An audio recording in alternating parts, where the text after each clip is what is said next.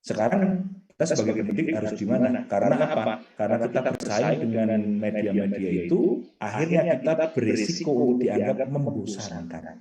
Mereka akan mengatakan, Pak, kalau cuma seperti itu aja kan saya juga bisa belajar dari YouTube, bisa belajar dari internet. Lah kenapa harus mendengarkan Bapak, kan begitu? Ibaratnya kalau dalam teknologi anak sekarang itu ada yang namanya Tinder. Mereka ingin berjodoh melalui Tinder. Kalau cocok di swipe kanan, kalau tidak cocok di swipe kiri. Nah, jangan-jangan di dalam pikiran mereka itu kita sudah di swipe kiri ketika mengajar di kelas. Bapak Ibu sekalian, ada suatu usulan dari saya untuk mengatasi hal ini, yaitu dengan kita terlibat secara langsung dalam perkembangan teknologi. Misalnya apa? Misalnya perkembangan teknologi media sosial, TikTok misalnya. Masuk ke TikTok Bapak Ibu. Kalau mereka nontonnya joget-joget, ya kita bersaing dengan konten joget-joget. Saya sendiri sebagai seorang pengajar masuk ke TikTok. Apakah saya joget-joget? Tidak Bapak Ibu. Saya konsisten dengan membuat sketsa, parodi, monolog tentang pendidikan. Alhamdulillah sampai detik ini untuk TikTok ada di angka 300.000 followers. Viewersnya sekitar 11 juta. Oh, bukan viewersnya, tapi like-nya 11 juta. Videonya sendiri sudah ditonton lebih dari 100 juta penonton. Artinya apa? Nilai-nilai pendidikan kita bungkus, dalam tanda kutip, kita paksakan masuk ke platform itu. Mau ditonton enggak, mau ditonton syukur, enggak ya syukur. Tapi kan kita juga belajar personal branding dan digital marketing. Jadi kita juga belajar bagaimana cara menulis clickbait, bagaimana cara menulis konten, bagaimana copywriting. Itu saya juga kursus di beberapa kampus di Amerika gitu. Nah, kemudian misalnya ada Reels, ada Instagram, saya juga masuk ke situ.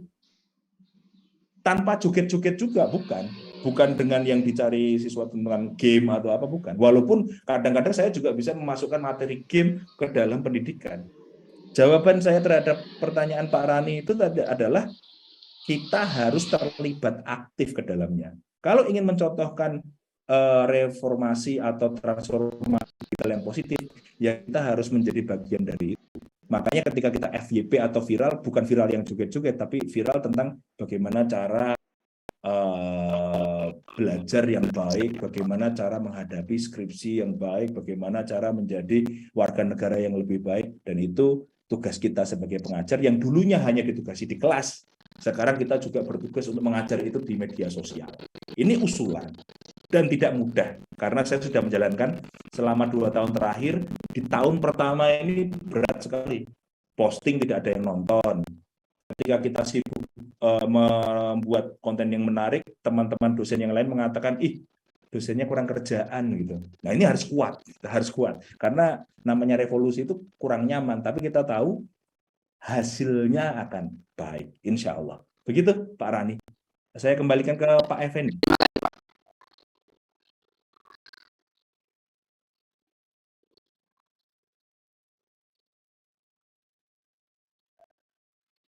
Pak Fendi masih di mute, Pak Fendi. Maaf. Oh ya Pak Hendi, 3 penanya sudah tercerahkan. Sekarang kita ada waktu 5 menit saja Pak Hendi. Saya minta cuma 1 penanya saja Pak Hendi ya. Boleh ya Pak? Silakan Pak Effendi dipilihkan. Oke. D13 kayaknya Ibu Kartika Yulianti. Silakan Bu Kartika. Singkat saja ya Bu. Baik, selamat pagi. Terima kasih Pak Effendi sebagai moderator dan terima kasih Pak Hendi untuk share ilmunya yang sangat mencerahkan. Saya nggak tahu bisa pendek, bisa singkat atau tidak, silakan. Tetapi berkaitan dengan revolusi mental yang tadi Bapak bilang kan perubahan cepat dan mendasar ya Pak ya. Namun ini saya membaca ada hasil studi atau penelitian yang dilakukan oleh Asosiasi Psikologi Amerika Serikat, dan studi ini adalah studi longitudinal yang dilakukan di Amerika Serikat, Eropa, dan kawasan Skandinavia.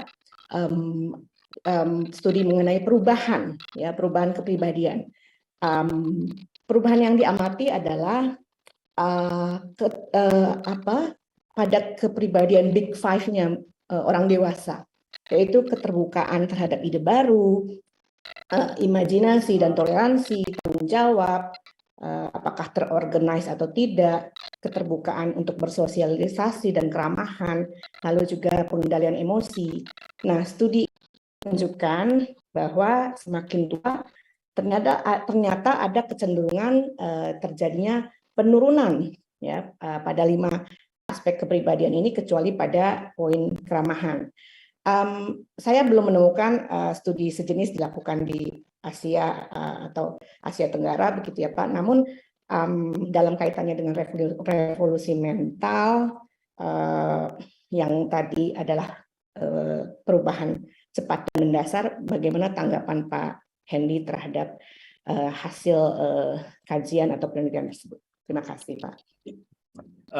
Terima kasih Bu Kartika. Mohon izin Pak Effendi langsung saya jawab sebelum waktunya habis ya. Ya, silakan Bapak Hendy. Ya, oke. Dan ada beberapa salam dari teman-teman yang ada ternyata ada beberapa teman dari Semarang ya. Nanti habis ini Pak, janjian kita ngopi. Insya Allah. Oke. Bu Kartika, saya kebetulan juga membaca penelitian yang sama. Jadi saya tahu apa yang disebut sebagai Big Five Personality Model ya. Dan kajian ini termasuk yang dianggap sebagai ilmu yang mendekati saintifik karena ada beberapa kajian kepribadian yang lain yang terkenal seperti INFJ itu ternyata pseudo saintifik ya. Kalau ini saintifik sehingga saya sangat tertarik dengan apa yang disampaikan oleh Bu Kartika. Ada openness, ada conscientiousness, ada beberapa lagi extroversion dan lain-lain. Ada 5 yang sifatnya itu melekat pada diri seseorang. Saya sendiri sudah melakukan tes Bu, bayar itu $, bayarnya untuk mengetahui siapa saya dan siapa pasangan saya dan saya cocoknya seperti apa begitu. Dan betul secara umur manusia itu misalnya kita dites tahun ini sama tahun depan itu tidak akan terjadi banyak perubahan pada kepribadian kita. Tapi dalam waktu yang cukup agak panjang misalnya 10 tahun, 20 tahun akan terjadi perubahan. Kata-katanya bukan menurun atau meningkat, tapi akan berubah preferensi. Nah, tergantung pada pengalaman hidup, kemudian pendidikan, pengasuhan, dan lain sebagainya.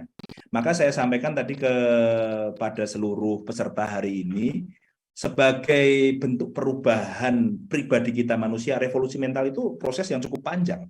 Tapi kalau dalam struktur atau format bernegara, perubahan dalam waktu 10 tahun, 20 tahun itu adalah perubahan yang singkat. Sehingga makna perubahan cepat dan mendasar ini tadi bukan diberlakukan pada manusianya, tapi pada negaranya. Anggap negara kita nanti berumur panjang 1000 tahun seperti Kerajaan Romawi, atau 500 tahun seperti Ottoman Empire atau Kerajaan Utsmani. Kita menginginkan umur yang panjang itu nanti berubah menjadi negara yang lebih baik, pendapatannya, demokrasinya, kualitas intelektualnya, begitu Bapak Ibu sekalian. Sehingga jangka waktu cepat dan mendasar, seandainya kita bisa mengubah kepribadian bangsa ini menjadi lebih baik. Yang sekarang kita asumsikan baik, tapi ada beberapa titik-titik yang perlu kita sempurnakan dalam waktu 10 tahun, 20 tahun, maka itu juga tergolong dalam revolusi, kira-kira seperti itu, Bu Kartika. Dan dengan itu saya juga mengakhiri dari penyampaian saya. Saya mohon maaf kalau ada kesalahan Bapak Ibu sekalian, bercanda juga, dan jika ada hal yang ingin disampaikan yang bisa dijawab di sini, silakan DM mungkin atau nomor telepon mungkin bisa ada di